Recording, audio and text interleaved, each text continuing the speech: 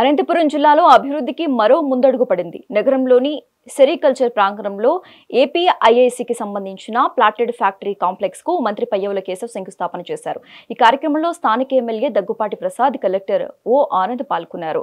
ప్రజలు కూటమి ప్రభుత్వంపై ఉంచిన నమ్మకాన్ని నిలబెడతామని మంత్రి పయ్యవుల అన్నారు. యువతకు ఉపాధి కల్పించడమే ప్రధాన లక్ష్యమని ఈ సందర్భంగా వెల్లడించారు. రాష్ట్రంలో పెట్టుబడులు, పరిశ్రమల ద్వారా అభివృద్ధిని సాధిస్తామని మంత్రి స్పష్టం చేశారు. మనందరూ భాగస్వామిగా ఉన్నాం కాబట్టి మన బాధ్యత సజీవం చేసుకొని ఈ ఎంఎస్ఎంఈ పార్కులకు అందరికీ కూడా మంచి అవకాశం కాబట్టి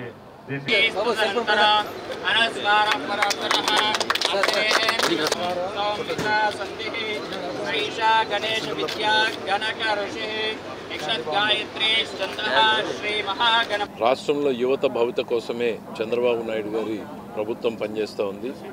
దేశంలో మోడీ, రాష్ట్రంలో చంద్రబాబు నాయుడు, పవన్ కళ్యాణ్లు ఏర్పాటు చేసినటువంటి ఈ ప్రభుత్వం అటు రైతులకి ఇటు యువకులకి నమ్మకాన్ని ఇవ్వడానికి, వారి భవిష్యత్తును తీర్చిదిద్దడానికే పనిచేస్తూ ఉంది.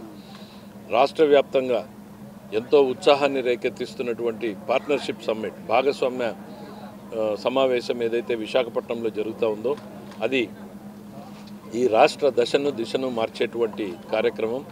దాదాపు 9 లక్షల కోట్ల రూపాయల పెట్టుబడులకు సంబంధించినటువంటి ఒప్పందాలు జరుగుతున్నాయి. ప్రపంచవ్యాప్తంగా దాదాపు 55 దేశాలకు సంబంధించినటువంటి వ్యాపార మంత్రిత్వ శాఖలు వారి ప్రతినిధి బృందాలతో రావడం జరుగుతుంది. దేశవ్యాప్తంగా ఉన్నటువంటి రాష్ట్రాలన్నింటి దగ్గర నుంచి కూడా వ్యాపార దిగ్గజాలు రేపు రావడం జరుగుతూ ఉంది. వీళ్ళందరూ వచ్చి తాము ఏం చేయాలనుకుంటున్నాము అనేటువంటివి ఒప్పందాలు చేసుకుంటున్నారు.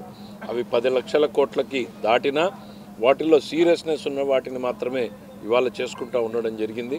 పూర్తి ఎనర్జీని, ఎఫర్ట్ని దీని మీద పెడుతున్నాం. పరిశ్రమల్ని తీసుకురావాలి, పెద్ద ఎత్తున పెట్టుబడులు తీసుకురావాలి, మా పిల్లలకు ఉద్యోగాలు కావాలి, మేమందరం కూడా పనిచేసేది ఉద్యోగాలు కావాలి అన్నటువంటి లక్ష్యంతో పనిచేస్తూ ఉన్నాం.